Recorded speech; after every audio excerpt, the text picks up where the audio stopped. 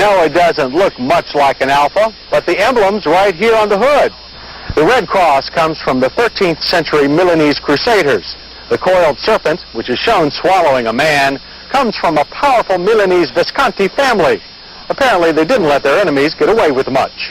And this symbol of strength probably has more meaning than ever for Alfa Romeo in the United States. Let's face it, aside from a small cult following, Alfa's never conquered the market the way many other European imports have. But the 164, together with Alfa Romeo's aggressive new approach to marketing, could change that.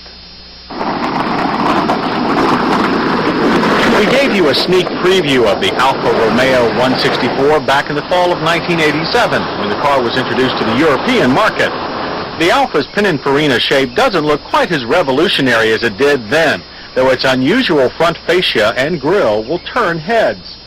Good things have happened for Alfa in the past 2 years, such as the formation of a new company to distribute the car.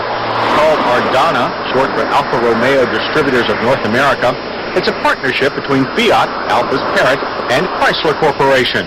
Yes, Chrysler. As a result, you'll be able to buy the 164 at select Chrysler Europa dealers, as well as existing Alfa dealers. Prices start at $24,500 for the base 164. Standard equipment includes power windows, locks, cruise control, and automatic climate control, to name just a few. Our test car was a 164L, which has all of the above, plus electronic anti-lock brakes, front bucket seats with leather upholstery, and alloy wheels. It cost $27,500. A third version, the 164S, costs $29,500 and adds a spoiler package and a 200 horsepower engine. Our car had to get by on 183 horsepower, which proved adequate, thank you. This 3-liter single overhead cam unit is among the most free-revving V6s on the market today, and its power and smoothness is matched by its sound. We found ourselves driving with the windows down just to listen. The engine sits sideways, which is a tip-off that this is a front-drive car. While that's not traditional for Alfa, it makes this model quite space-efficient. The platform for the 164, called the Tipo Quattro, is shared with the Saab 9000 and with Fiat and Lancia models that are not imported here. The cars share some components, though you'd never suspect the relationship among these cars if someone didn't point it out. The 164 is distinctly Italian in some ways. When seen from the driver's view, the clear analog gauges, for example, are obscured at the top by the steering wheel rim, a familiar flaw in everything from Alfas to Ferraris. To be fair, driving position is closer to conventional here than in most previous Alfas. Seat comfort is good, and the leather has a rich touch. Seat belts work manually, thanks to a driver's side airbag for crash protection. Our biggest complaint is the angle of the steering column. It telescopes and tilts a little, but too little to do much good. Driver's seat adjustment is ample, and power controls for major functions are supplemented by a manual lumbar support. But ergonomics take a backseat to interior styling in some ways. The arrangement of controls is very pleasing to the eye, but it doesn't lend itself to easy use. We appreciate the effectiveness of the automatic climate control system, but since all the buttons are the same shape, you can't change things without looking. If the radio looks familiar, it should. It's the same unit you'll find in some Chrysler luxury models, and it's simpler to use than the climate control. Overall, Alfa Romeo has taken a great deal of care to supply all the cues that typically define a luxury car. In addition, dash plastics fit well and look rich. No complaints here. The rear seat has slightly more legroom than a Mercedes-Benz 300E and slightly less headroom. It also features storage space on the rear shelf and an adjustable seat back. Behind the fold-down armrest, you'll also find a ski bag, like in an Audi 5000. The trunk is large, with nearly 18 cubic feet of room and a flat floor. 18 is also the number for EPA city fuel economy. The highway estimate is 27. We returned 20 in typical driving.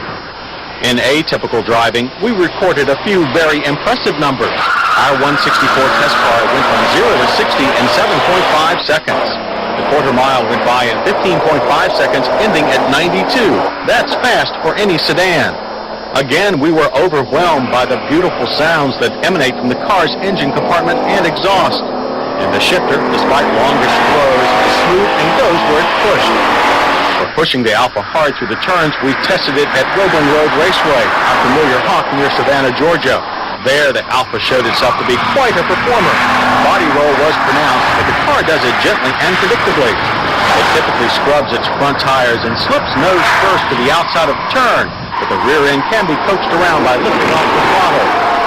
In more practical matters, the 164's anti-lock brakes pull the car down from 60 miles per hour smartly, using only 117 feet of pavement on average. Our only complaint is a mushy-feeling pedal, something we also notice in our track driving. In our safety check, the Alfa 164 passes with everything but an airbag for the front seat passenger. As for hits, we are most impressed with the 164's engine and acceleration. We also like its handling, high level of standard equipment, and competitive price. Misses include a steering wheel with limited adjustability, gauges that are blocked by the wheel rim, and dash controls that put more emphasis on beauty than function. For comparison, Saab's 9000 CD lacks the Alfa's lively engine and outstanding acceleration. It also costs about $5,000 more. It does offer more legroom, both front and rear, slightly more standard equipment, and a better reputation for reliability. The Acura Legend LS is about $2,000 more expensive. It also offers more front legroom, but it has a smaller trunk and lacks the Alfa's power and acceleration. But few cars can match the Acura's record of customer satisfaction. But a roadside customer assistance program, a 36,000-mile warranty, and free scheduled maintenance for the first 3 years should improve Alfa's fortunes in the marketplace. Clearly, the car has gone mainstream. It's respectable now. But the best thing is that it's managed to do so while retaining the personality and soul that's distinctly Alfa.